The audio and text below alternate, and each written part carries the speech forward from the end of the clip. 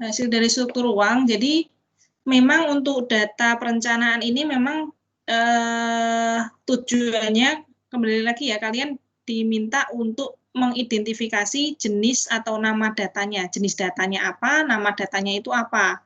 Ketika melakukan pengisian nama data itu memang perlu di breakdown.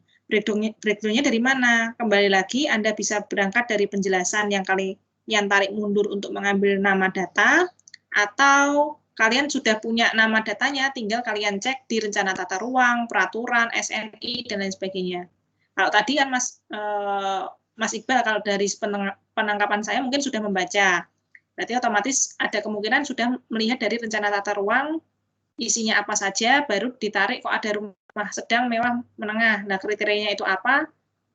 Kalau memang ada pembagian seperti itu, berarti nama datanya nanti jenisnya apa. Misalkan jenis atau kriteria rumah atau jenis rumah. Nah, itu yang masuk dalam isian nama data. Atau sebaliknya, jangan-jangan ada yang sudah mengenangan sebagai perencana, ingin mendirikan karakter rumah mewah saja di kawasan X misalkan, oh berarti tinggal mencari penjelasnya. Sebenarnya rumah mewah ini dialokasikan di lahan seperti apa, itu juga bisa dibalik.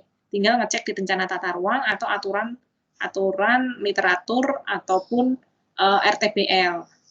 Seperti itu. Kemudian yang ini sedikit saya evaluasi ya, kaitannya dengan nama data. Nama data itu lagi-lagi tidak perlu Anda jelaskan jumlah atau keterangannya, penjelasnya, karena nama data itu fokusnya memang pada nama datanya saja, bukan penjelasan berapa jumlahnya atau sebanyak berapa, itu tidak. Jadi ini apa namanya, fokusnya kepada nama datanya. Kalau ini struktur ruang jaringan prasarana, prasarananya itu yang mau dilihat apa?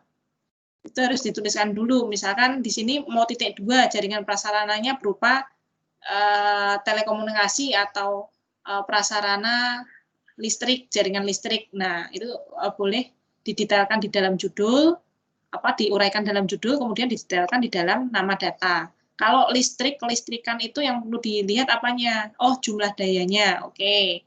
Kemudian produksinya, oke. Produksi itu bisa di breakdown ya, produksinya, oke. Diturunkan seperti ini, benar. Produksinya apa, daya terpasangnya berapa, yang dimaksud dipakai sendiri itu apa. Kemudian bedanya daya terpasang ini sama ini apa. Nah, itu perlu diuraikan lagi. Atau ini menggunakan data utamanya jumlah daya terpasang. Ini muncul nggak screen saya? Mas, muncul ya? Muncul, Bu. Ya, oke. Ya, jadi ini ya. Kalau mau menggunakan jumlah daya terpasang sudah benar. Produksi di sini sudah. Produksi di sini bisa diuraikan lagi. Produksi yang dimaksud itu lebih kepada apa? Apakah produksi listriknya atau produksi pasokan energinya? Nah, itu lebih didetailkan. Kalau memang ini prasarananya prasarana listrik ya. Kemudian distribusi listrik. Nah, ini bisa sebagai nama data. Distribusi listrik berarti penjelasannya apakah nanti akan didistribusikan hanya skop daerah perencanaan saja, atau dia listriknya ini akan diarahkan di luar dari rencana tata ruang yang ada. Jadi dia mencakup mana saja, jadi lokasi kan ini boleh. Cuma untuk penjabaran dari nama data itu silahkan Anda masukkan ke dalam penjelas. Oke.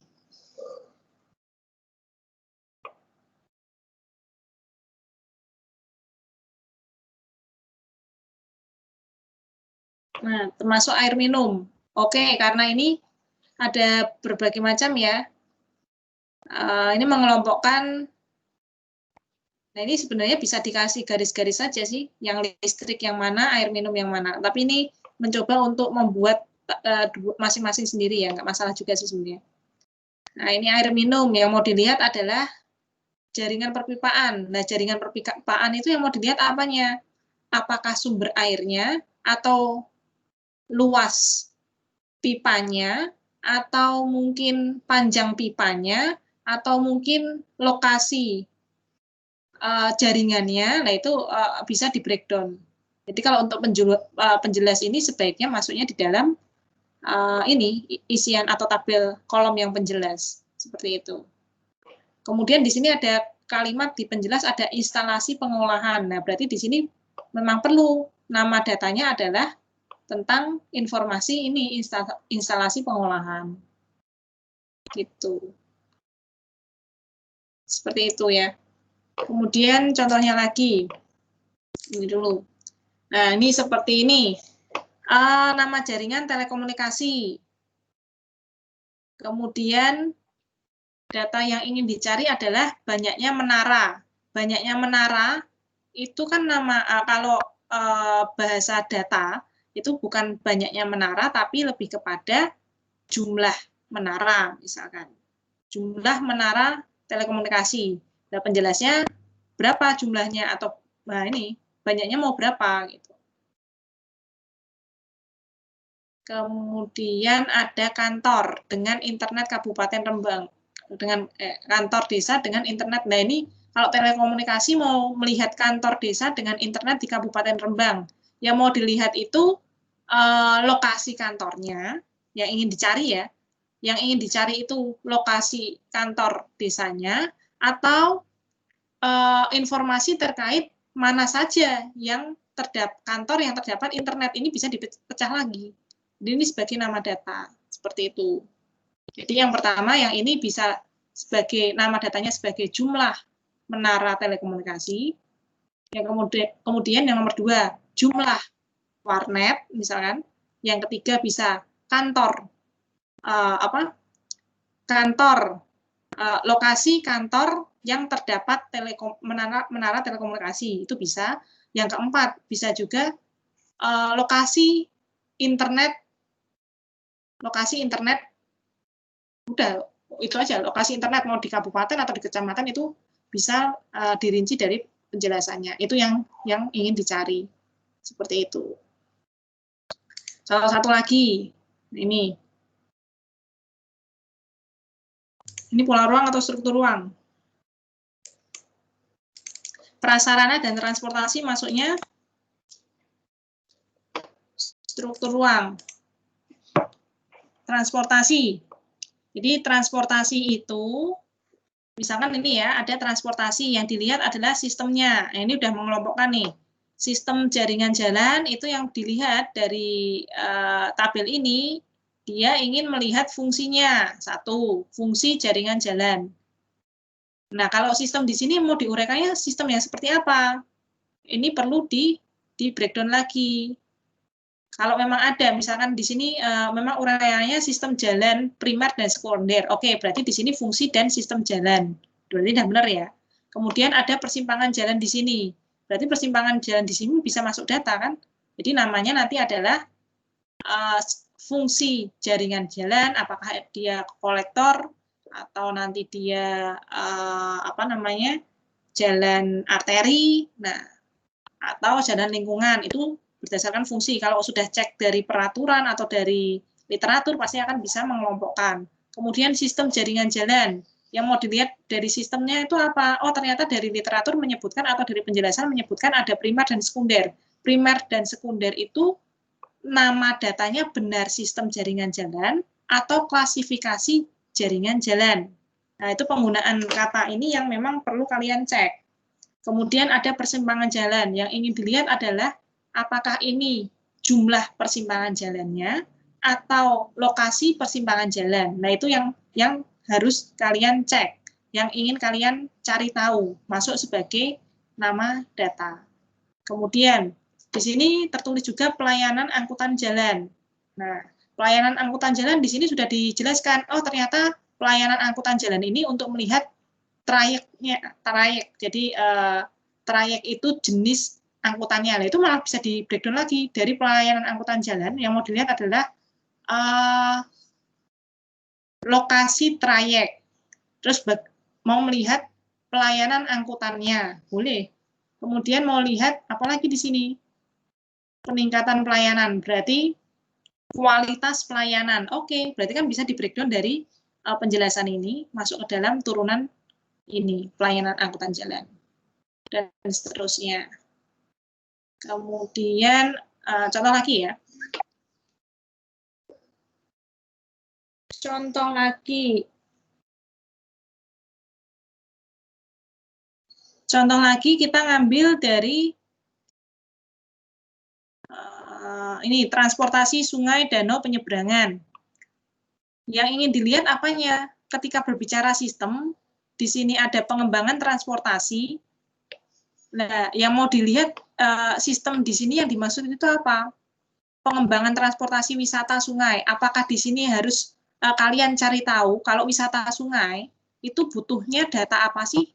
Apakah moda transportasinya sebagai nama data, atau di situ butuh jenis sungainya mungkin, atau jenis wisata yang ingin dikembangkan. Nah, itu turunan dari sini, termasuk penyeberangannya. Yang dimaksud penyeberangan di sini apa? Apakah jenis penyeberangannya nanti akan dibuatkan di situ jembatan layang atau mungkin jembatan besi atau jembatan kayu misalkan. Nah, itu misalkan ini nama datanya bisa lebih didetailkan. Termasuk yang ini, jaringan transportasi kereta api meliputi perkotaan. Yang perkotaan berupa kereta api. Nah, kalau di sini ada perkotaan dan lintas kota, berarti kan lebih kepada pembeda dari kewilayahan. Berarti sistem jaringan transportasi kereta api itu kalau di penjelas melihat perkotaan dan lintas kota, berarti diturunkan. Dia itu masuknya sebenarnya yang ingin dicari datanya itu data kereta api perkotaannya, berarti jenis kereta api perkotaan atau jenis kereta api yang lintas kota. Itu kan sebagai nama data, bukan lagi sistem. Kalau sistem itu kan masih makro. Jadi turunannya ini itu seperti apa? Karena akan berbeda. Kalau misalkan jenis kereta api yang perkotaan barangkali hanya tracknya tunggal. Tapi nanti kalau lintas kota mungkin bisa juga tracknya akan double track misalkan. Atau mungkin yang perkotaan nanti akan ada jenis transportasinya dengan gerbong berapa, jumlah gerbongnya berapa, lah itu masuk ke dalam nama datanya. Tidak lagi di sini muncul sistem jaringan transportasi. Boleh pakai sistem jaringan transportasi, tapi kalau penjelasannya seperti ini bisa Anda turunkan nama datanya. Seperti itu. Ya, ini sudah mulai menurunkan. Ada pertanyaan untuk yang ya seperti ini ya, seharusnya ya. Di breakdown seperti ini ya. Yang lain ada pertanyaan kira-kira untuk yang struktur ruang individu?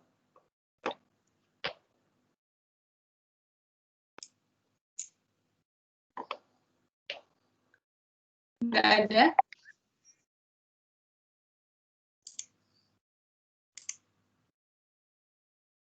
Kalau tidak ada, kita masuk ke perkuliahan. Jadi, halo. Ya silakan, Mas. Mau bertanya, Bu. Silakan, Mas. Ini kan mengenai struktur ruang dan pola ruang ya, Bu. Kalau jaringan jalan sendiri itu kan termasuk pola ruang kan, Bu? Jaringan apa? Jaringan jalan itu maksudnya pola ruang kan? Kemarin jaringan masuknya kemana? Kalau pola ruang komponennya ada berapa?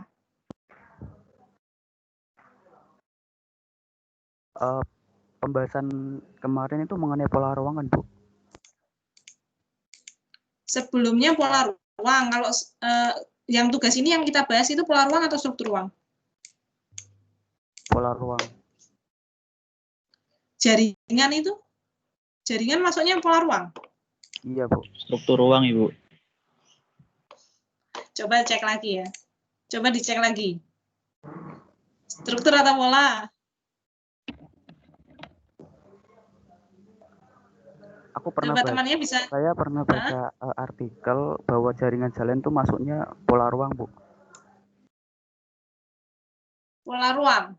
Iya, makanya pas semester 2 kan ada menentuin struktur dan bentuk kota. Nah, kalau struktur kota itu lebih kegiatan. Nah, kalau pola ruang itu lebih ke jaringan jalan gitu, Bu. Itu salah apa benar, Bu?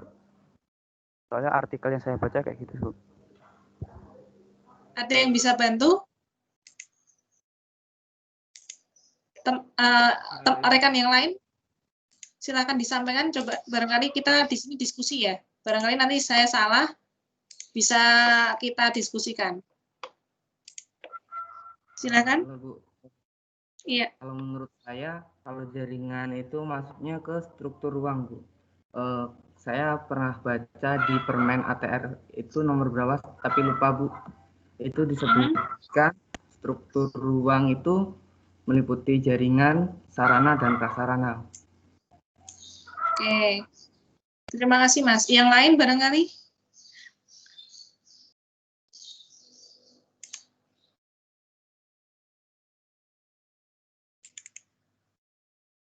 Yang lain?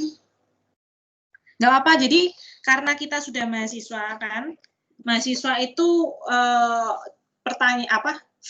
penyampaian atau gagasan itu suatu yang ini ya, yang biasa ya. Jadi memang diperlukan untuk saling ini sharing. Nggak ada masalah. Misalkan salah ya nanti kita cek lagi. Misalkan saya ada yang salah, berarti kita cek lagi. Itu ya.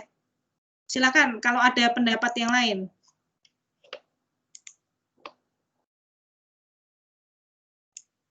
Kalau jaringan jalan itu masuknya ke pola ruang atau struktur ruang?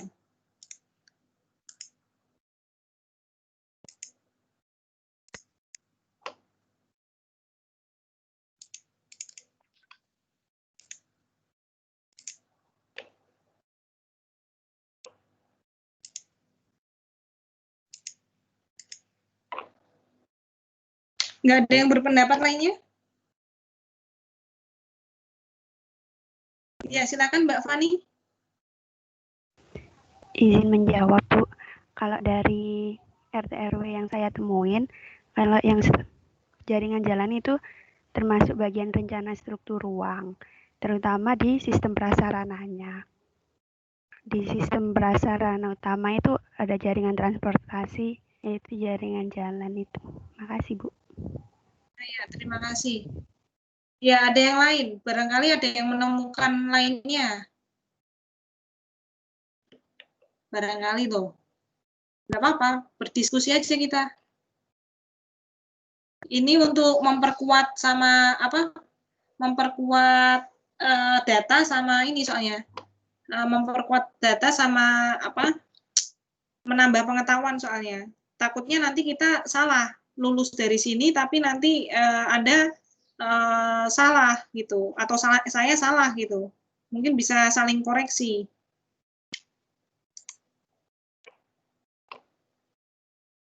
Ada yang lain barangkali?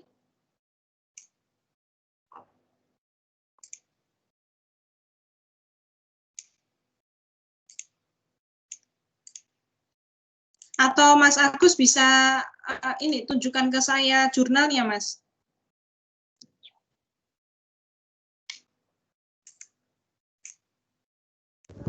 Halo, Bu. Iya, silakan, Mas. Jadi gini, dulu kan pas semester 2 Pak Jowoto pernah ngasih buku struktur ruang kota atau apa gitu. Terus kan saya baca untuk memenuhi tugas Paporu yang bagian struktur dan bentuk kota. Nah, dari situ saya baca bahwa struktur kota itu lebih kegiatan-kegiatan yang ada di dalam kota itu. Nah, terus dari bentuk kota sendiri itu kan saya analogikan sebagai pola ruang gitu, Bu. Jadi dalam bentuk kota itu dijelasin bahwa bentuk kota itu dibangun digambarkan dari pola jaringan jalan. Nah, dari situ saya menyimpulkan bahwa jaringan jalan itu termasuk dari pola ruang, Bu. Gitu. Ruang. Oke.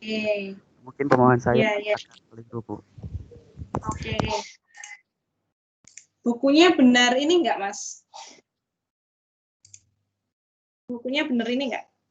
Enggak lihat. Sorry. Ini seperti ini. Aduh, kok enggak kelihatan? Ya, Bu, bukunya itu, Bu, warna coklat. Punya siapa coba? Punyanya saya, Bu, dikasih Pak Jowoto.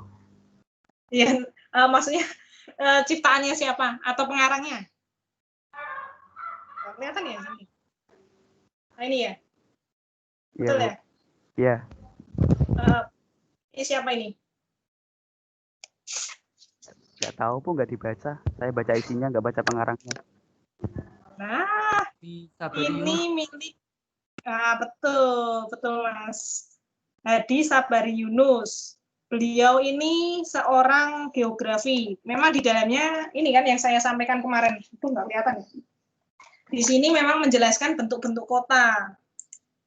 Jadi mana nih? Betul Mas. Cuma untuk konsep ininya yang apa? Anda penyimpulannya yang mungkin ya, mungkin kurang tepat. Karena kita kan acuannya dari Undang-Undang Tata Ruang. Kalau dari Undang-Undang Tata Ruang, Undang-Undang Tata Ruang itu menyebutkan wujud, struktur ruang, dan pola ruang. Ketika berbicara struktur ruang, itu kaitannya sama jaringan prasarana dan pusat kegiatan. Jaringan prasarana dan pusat kegiatan. Tapi kalau berbicara tentang pola ruang, itu kaitannya sama zona lindung dan zona budidaya. Seperti itu sebenarnya ya, kalau dari rencana tata ruang ya. Gitu. Makanya kemarin di sini saya jelaskan tentang, ada nggak ya? Bentuk kotanya, oh nggak saya masukkan ya. Oke, yang bentuk kota tidak saya masukkan di sini. Kebetulan nggak jadi saya masukkan. Ya sebenarnya kalau yang di Sabari Yunus itu terbentuknya kota memang berangkat dari adanya jalan. Jadi kalau misalkan ada jalan maka akan terbentuk ruang. Tidak mungkin ada permukiman tanpa ada jalan. Jadi pasti utamanya jalan. Tapi jalan itu merupakan bagian dari struktur ruang, bukan pola ruang. Pola ruang itu kaitannya sama zona-zonanya. Jadi mana sih yang ada permukiman, mana sih yang ada lindung, mana sih yang ada budidaya. Seperti itu. Oh, nggak saya masukkan ya di sini. Ya itu kalau itu saya biasanya masukkan di perencanaan tapa. Itu bentuk kota, kalian nggak dapat ya perencanaan tapa ya? Ada nggak ya materinya?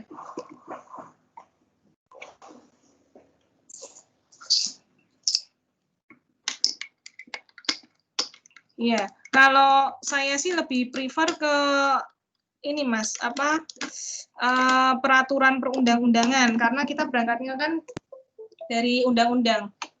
Kalau yang struktur ruang di sini memang disebutkan bentuk kotanya, tapi itu hati-hati bentuk kota itu jadi bentuk kota dan struktur kota agak beda ya sama struktur ruang. Jadi misalkan ada bujur sangkar. Bujur sangkar itu terbentuk adanya perluasan kota. Tapi ini berangkatnya bukan dari jaringan jalan. Iya memang benar jaringan jalan itu bagian dari atau bagian dari jalur transportasinya. Tapi kalau dilihat dari terbentuknya kota itu kan memang dari jaringan jalannya.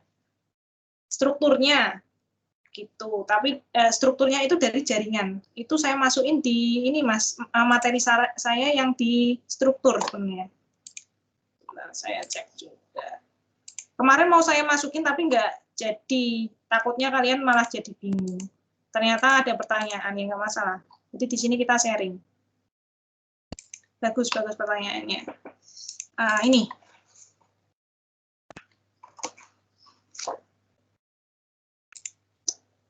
Muncul nggak slide saya, Mas?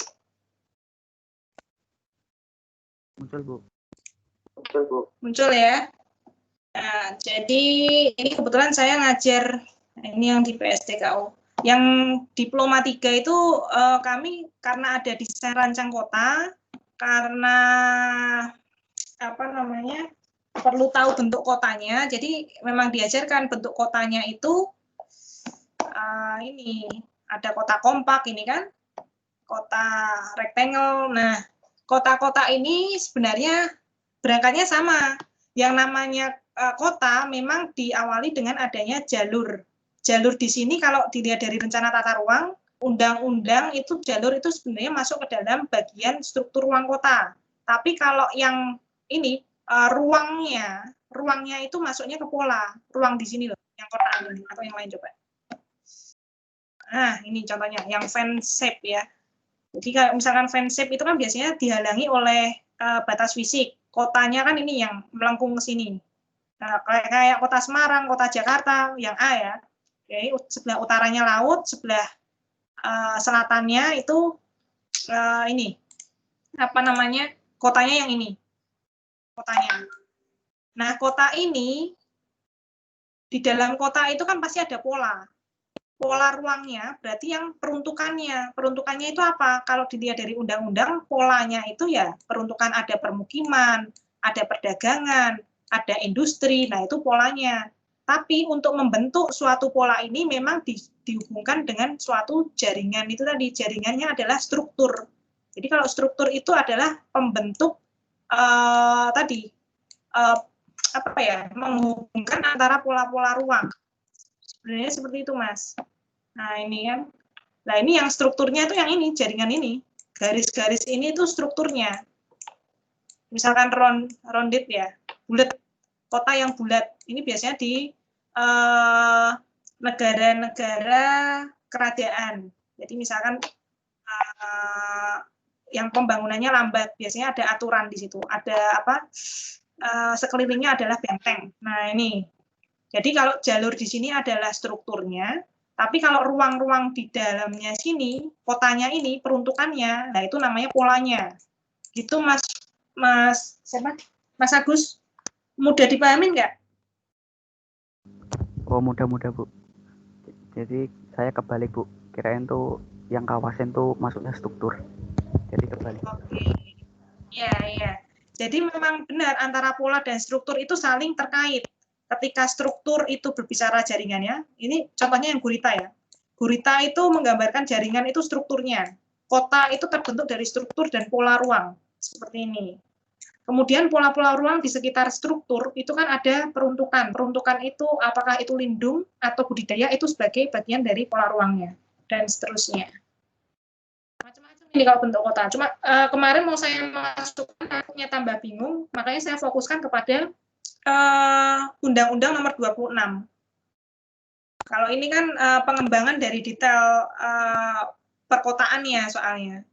Seperti itu. Dan kita kan fokusnya lebih kepada penggalian datanya. Jadi kemarin tidak saya sampaikan sini. Kemarin mau saya masukkan ini sebenarnya, cuma nggak jadi. Itu Mas. Terima kasih Mas.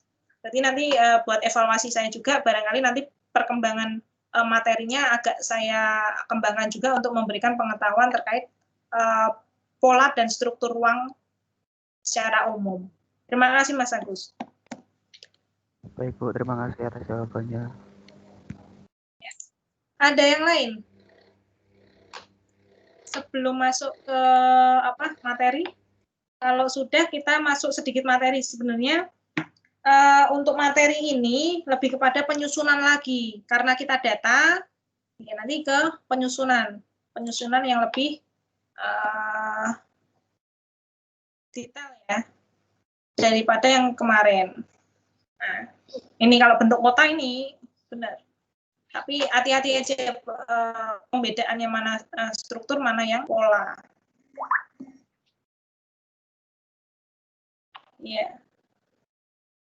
Jadi kalau di perancangan kota, buku Hadi Sabari Yunus ini sebenarnya jadi perdebatan karena Hadi Sabari Yunus ini kan seorang geografi, bukan urban design. Kalau urban design itu kan desain kota, desain kawasan, perancangan.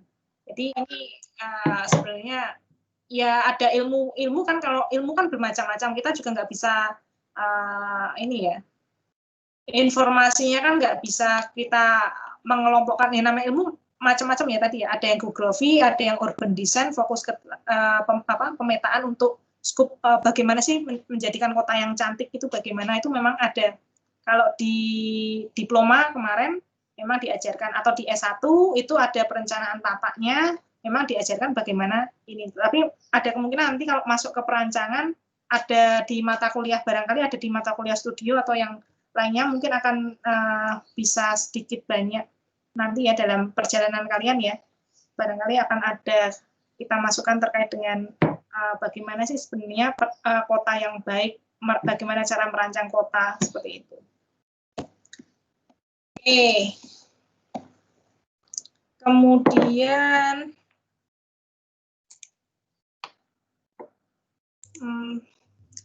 materinya ya. Baik. Kalau yang tadi struktur ruang kalian udah nggak ada masalah ya. Nanti kalian bisa diskusi. Jadi setelah ini kita fokusnya kepada pembuatan tabel.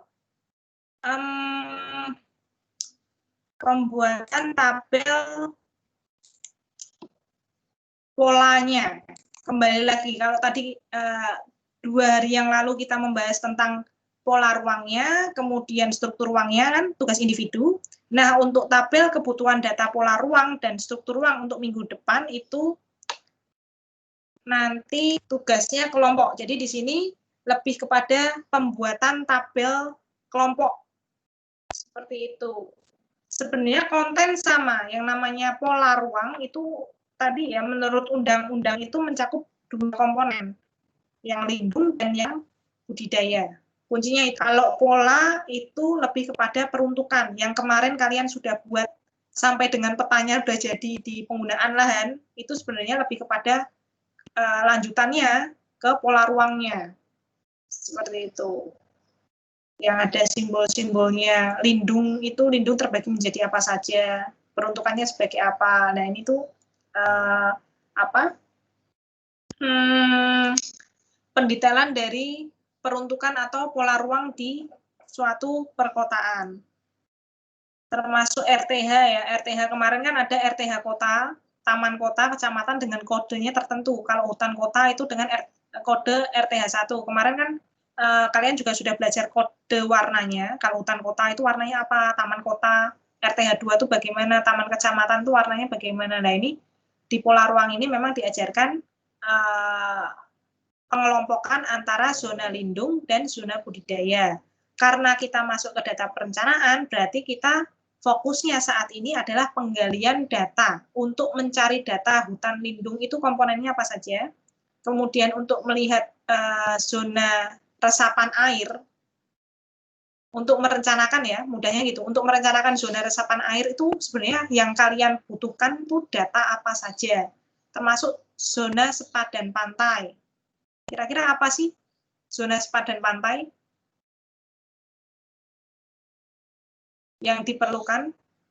Perlu nggak mengetahui jarak dari laut ke batas aktivitas atau ada ininya nggak kriterianya untuk sepadan pantai, sepadan sungai itu diambil dari mana sih sepadan sungai? Apakah diambil jaraknya? Perlu nggak mengetahui jarak as sungai, as ya, as jadi jarak tengahnya sungai ke batas jalan atau dari pinggir sungai ke batas. Nah, itu informasi data yang kalian butuhkan itu dituangkan di dalam bentuk tabel.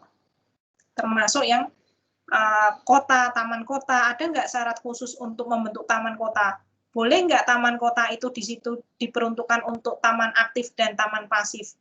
Apakah boleh semua kota itu berisi taman aktif? Terus di mana saja taman-taman pasif itu harusnya diletakkan? Syaratnya apa sih? Data yang dibutuhkan untuk membuat taman kota itu bagaimana? Nah, itu data-data itu yang kalian breakdown seperti yang tadi, yang sudah kalian buat itu untuk tugas individu. Termasuk yang cagar alam, suaka marga satwa. Suaka marga satwa itu komponennya apa sih? Kalau mau membuat suaka marga satwa, ada nggak syarat-syarat khusus? Bagaimana jarak pendirian di kota?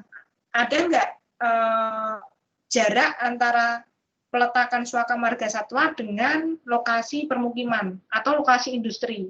Boleh nggak suaka marga satwa itu didekatkan dengan lokasi industri?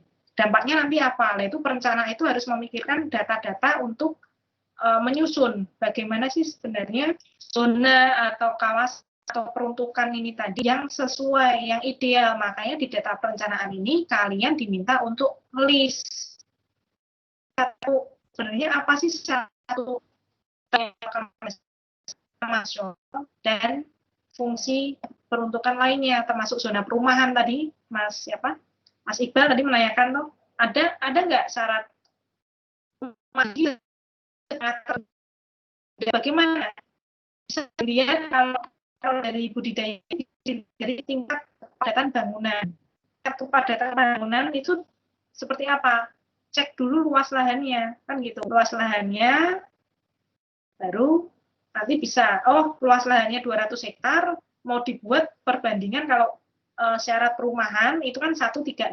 Nah, itu nanti dari 120, berarti 1/6 kali 200 hektar. Berarti rumah besarnya berapa, yang sedang mau berapa, yang rendah mau berapa. Itu harus ada perhitungannya.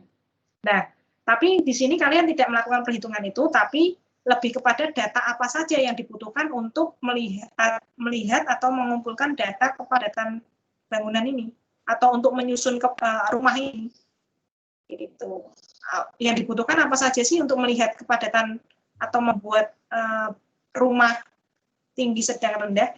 Misalkan kalau di sini ada tingkat kepadatan bangunan. Kepadatan bangunan itu dilihat dari apa lagi selain luas, misalkan. Nah, itu semakin Anda banyak mencari rencana tata ruang, RTBL-nya, atau mungkin literatur, pasti akan terjawab itu nama datanya apa.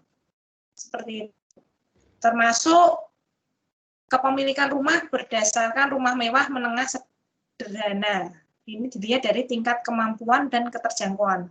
Ketika berbicara tingkat kemampuan, berarti kan kaitannya sama keuangan, ya kan? Berarti perlu nggak kita tahu, perlu nggak ada nama data, berapa jumlah pendapatan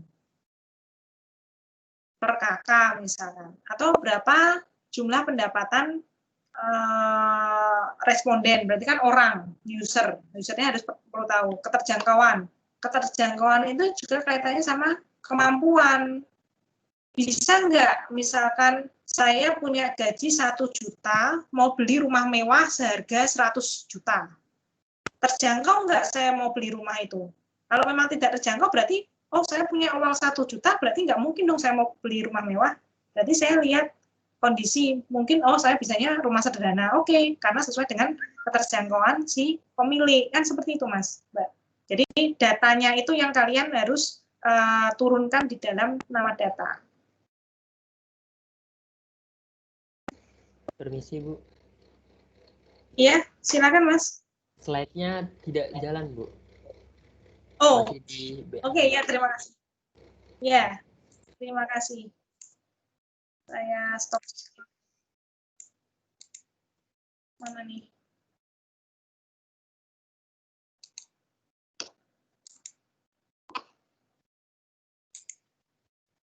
Ini, Mas, rencana pola ruang. Sudah muncul?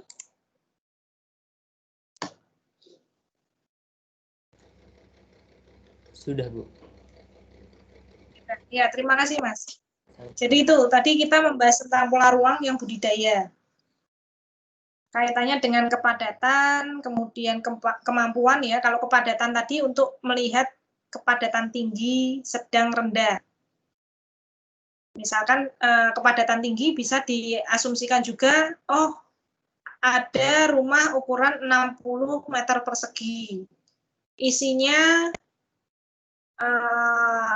6 orang misalkan, 60 meter persegi dengan jumlah orang 6 orang. Berarti satu rumah itu atau 1 meter persegi itu untuk 1 orang. 60 bagi 6. 10 meter persegi ya. Jadi pergerakan orang di dalam rumah itu seperti itu. Apakah itu bisa dimaksud dengan kepadatan tinggi? Nah, itu kriteria itu memang harus dicari di dalam standar nasional atau standar peraturan lainnya. Yang dimaksud dengan kepadatan bangunan itu seperti apa? Bisa dilihat dari jumlah pengguna. Berarti kan nama datanya kalau mau lihat kepadatan bisa dilihat dari jumlah pengguna yang komponen ini. Kepadatan ini. Kepadatan bangunan. Bisa dilihat dari jumlah penggunanya. Bisa dilihat dari luas bangunannya. Kan seperti itu. bisa dilihat dari volumenya. Kalau udah berbicara volume berarti kan perlu perhitungan. Perhitungan volume dilihat dari apa? Oh, jumlah orangnya atau jumlah penggunanya. Yang kedua, dilihat dari luas bangunannya. Itu sebagai nama data udah otomatis. Nah, informasi itu saya bisa menyampaikan itu karena apa? Mungkin saya bisa melihat dari peraturan atau dari penelitian lainnya. Tapi itu perlu di cross check. Benar nggak sih kalau tingkat kepadatan bangunan itu diperoleh dari itu? Nah, itu silakan kalian cek benar nggak, termasuk yang tingkat kemampuan keterjangkauan. Benar nggak kalau tingkat kemampuan itu kaitannya dengan keuangan, pendanaan, seperti itu. Ada pertanyaan untuk yang pola ruang? Ini kembali lagi ya. Kemarin kan sudah yang individu. Jadi ini nanti fokusnya ke kelompok. Untuk kelompok ini jadi nanti minta tolong kalian buat kelompok.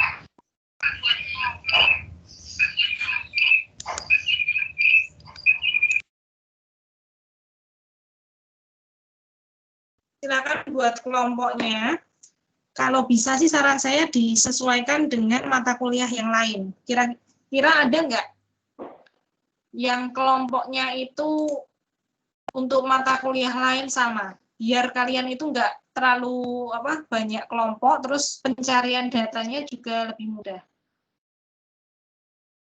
Ada nggak? Kelompoknya. Ada, Bu.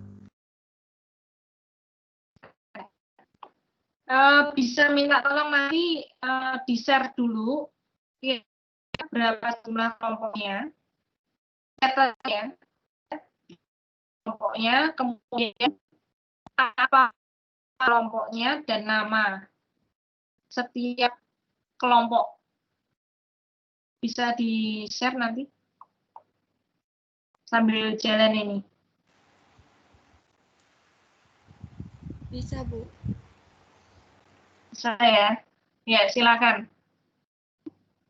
Jadi saran saya sih menggunakan kelompok dari mata kuliah yang lain. Jadi nanti kalian tinggal fokuskan, misalkan dapat lokasi Semarang. Udah nanti kalian silakan untuk membuat tabel atribut yang ini. Kemarin sudah ada. Kalaupun kemarin kalian individu sudah membuat pola ruang, dapat kelompoknya adalah kelompok Semarang, silakan data yang kalian sudah dapat itu dimasukkan supporting ke kelompok, namun lokasinya disesuaikan dengan kelompok yang data perencanaan ya, atau kelompok lainnya. Maksudnya kelompok di kelas lainnya, tinggal disesuaikan. Dan tambahannya, kalau untuk tugas kelompok itu bentuk data, teknik pengumpulan data, dan tahun data. Yang lainnya sudah ada.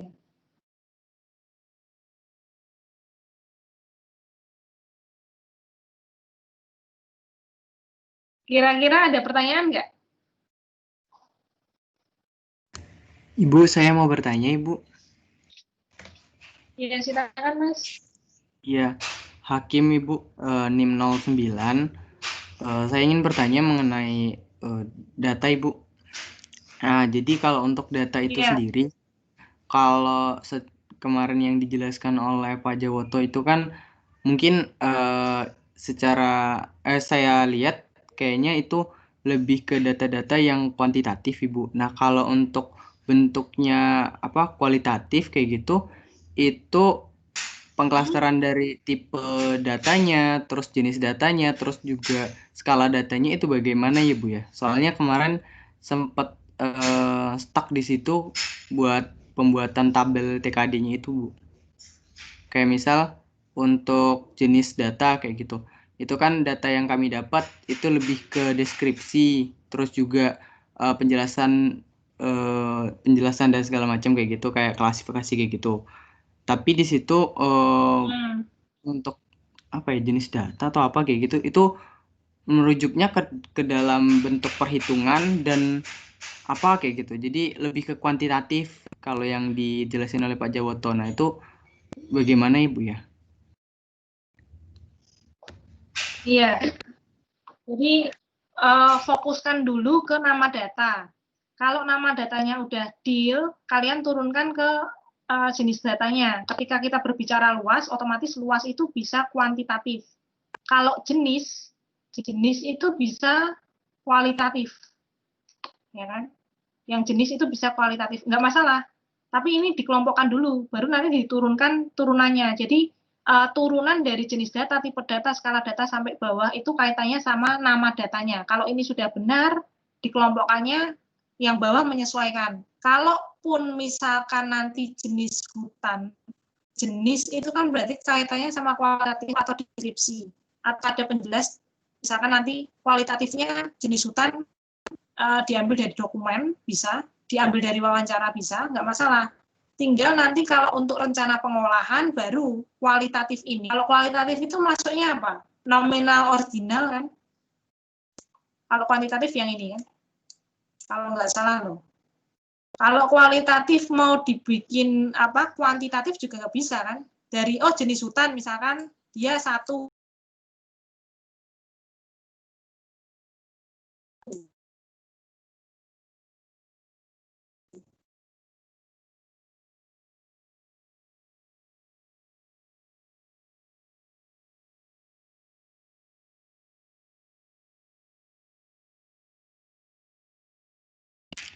Halo Ibu.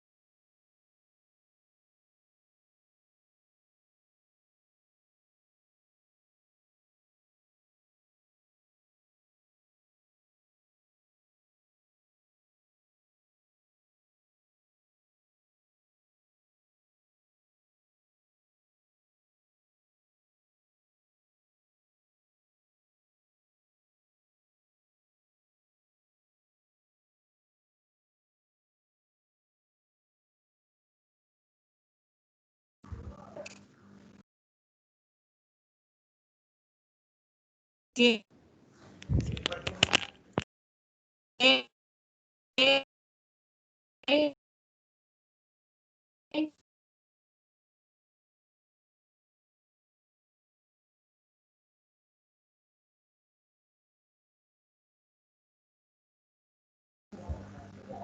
Suaranya putus-putus, Bu. Sinyalnya jelek. Iya Bu, suaranya putus-putus Bu. Nggak ada, Bu.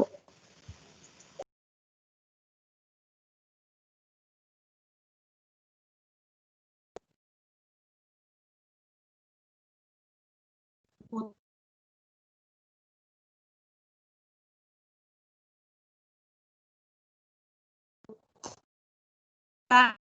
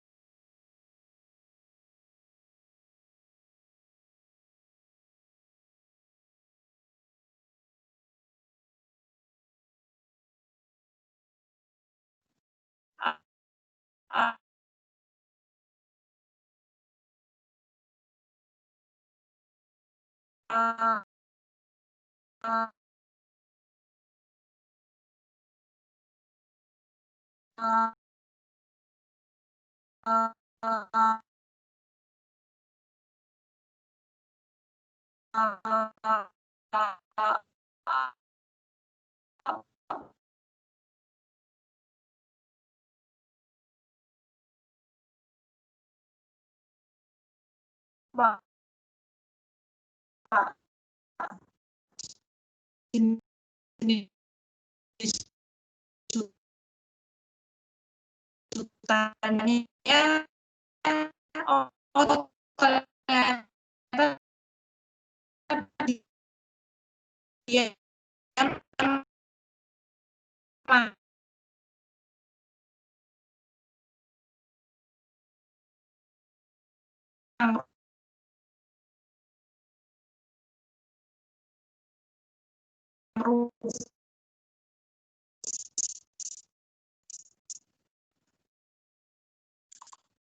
dia yang kedua jenis tuntutannya dia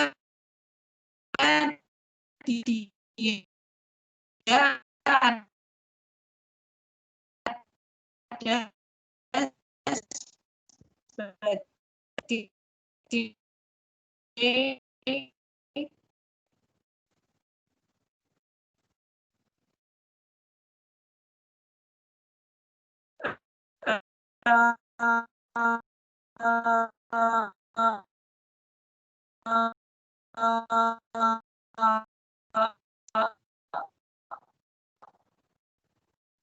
hutan lindung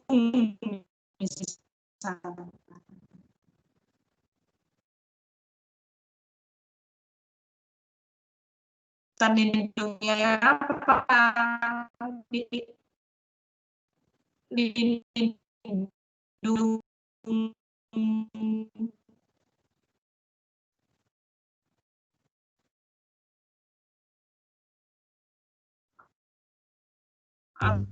atau hutan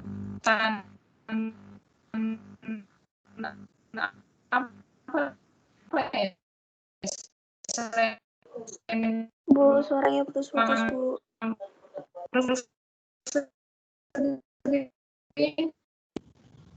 Ibu, mohon maaf suaranya ngadat, Bu.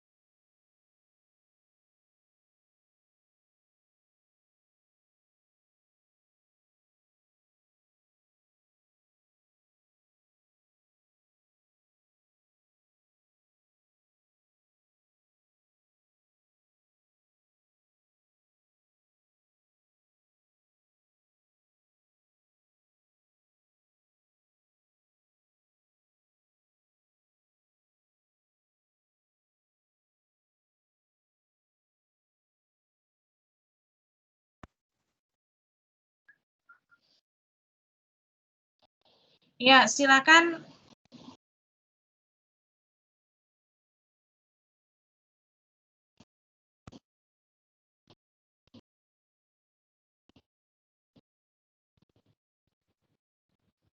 Halo, tes. Maaf, suaranya hilang ya? Iya, Hilang Bu dari tadi Bu. Iya, Bu. Hilang Bu dari tadi. Hilang dan ngadet, Bu. Oke, ya. Jadi kan kalian buat kelompoknya, sharekan dulu ke ke chat, kemudian silakan berdiskusi. Ketika nanti ada pertanyaan, silakan sampaikan ke saya. Kemudian kita akan paparkan progresnya jam 12.10 ya Mas Mbak.